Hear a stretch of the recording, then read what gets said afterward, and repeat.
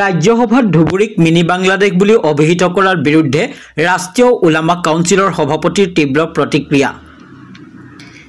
বিজেপিৰ সাংসদ সুধাংশু ত্ৰিবেদীক উভতি ধৰিলে ৰাষ্ট্ৰীয় ওলামা কাউন্সিলৰ সভাপতি উবাইদুৰ ৰহমান কাছিমিয়ে।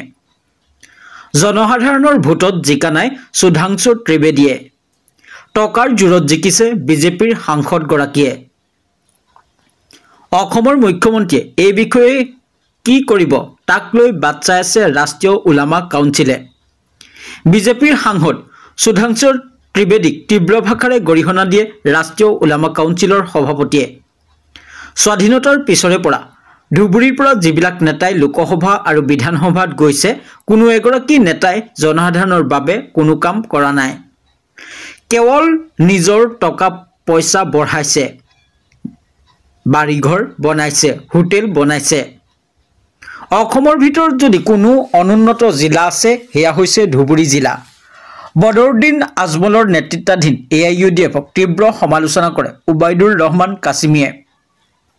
ফকীৰগঞ্জৰ নস্কৰাত এক ইফতাৰ পাৰ্টিত অংশগ্ৰহণ কৰি এনেদৰে মন্তব্য কৰে ৰাষ্ট্ৰীয় ওলামা কাউন্সিলৰ সভাপতিগৰাকীয়ে। Bureau report, Indian fast news. যথেষ্ট দেখিব পাৰিছে ৰাইজে পৰিৱৰ্তন বিচাৰি আছে। বিগত স্বাধীনতাৰ পাছত যিমান বিধায়ক ইয়াৰ পৰা নিৰ্বাচিত হৈ গৈছে, যিমান লোকসভাৰ সাংসদ ইয়াৰ পৰা নিৰ্বাচিত হৈ গৈছে, কোনেও এই জনসাধাৰণৰ কাম কৰা নাই। এই সৰল মানুহবিলাকৰ সৰলতাৰ সুযোগ লৈ তেওঁলোকে পাৰ্লিমেণ্টত গৈছে, তেওঁলোকে বিধানসভাত গৈছে, গৈ পেলাই নিজৰ পইচাৰ যিটো বেংক বেলেঞ্চ বঢ়াইছে, নিজৰ হোটেল খুলিছে, নিজৰ মাটি বাৰী বঢ়াইছে। এই জনসাধাৰণৰ কাৰণে তেওঁলোকে একো এটা কাম কৰা নাই।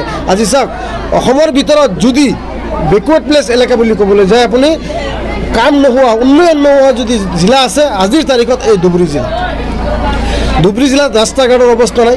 ধুবুৰী জিলাৰ আপোনাৰ ভাল এটা স্কুল নাই, ভাল কলেজ নাই, ভাল হস্পিটেল নাই। আৰু চৰাঞ্চল এলেকা, নদী ভাঙি ভাঙি মানুহবিলাকৰ অৱস্থা বেয়া কৰি পেলাইছে।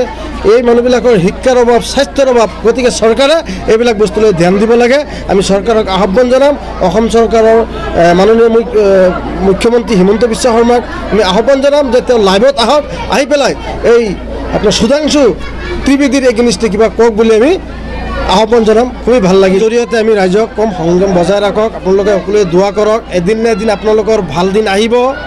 ইমান দিন স্বাধীনতাৰ পাছত আপোনালোকে বেয়া দিন দেখিছে, এতিয়া আপোনালোকৰ ভাল দিন আহিব। আল্লাহৰ ওচৰত দোৱা কৰক, আল্লাহ নিশ্চয় আপোনালোকক ভাল দিন আনিব।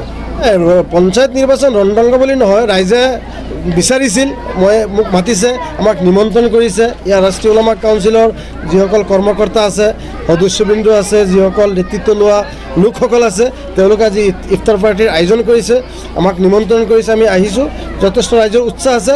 এই আজিৰ ইফতাৰ পাৰ্টিয়ে প্ৰমাণ কৰিছে যে এই পঞ্চায়ত নিৰ্বাচনত আইৰকেটা ফকীৰগঞ্জ জিলা পৰিষদ অন্তৰ্গত যিমান আঞ্চলিক পঞ্চায়তবিলাকত আছে, তাতো এটা প্ৰভাৱ পৰিব ৰাষ্ট্ৰীয় ওলামা কাউন্সিলৰ। AIUDFৰতো কাম নাই, আপোনালোকে জানে। AIUDF এতিয়া ৰহাতলৈ গৈ আছে।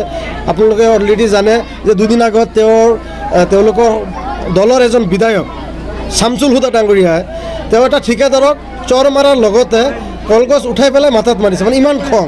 আৰু অলপ দিন আগত নিৰ্বাচনৰ প্ৰাক মুহূৰ্তত আপোনালোকে দেখিব পাৰিছে যে তেওঁৰ যিজন মুৰব্বী মৌলানা বদৰুদ্দিন আজমল চাহাব, তেওঁৰ যিটো ভাৱমূৰ্তি, যেনেধৰণৰ খং, যেনেধৰণৰ অভদ্ৰ আচাৰ ব্যৱহাৰ, তেওঁৰ বিধায়কবিলাকৰো তেনেধৰণৰ আচাৰ ব্যৱহাৰ। গতিকে অসমৰ ৰাইজে UDFক পাহৰি গৈছে।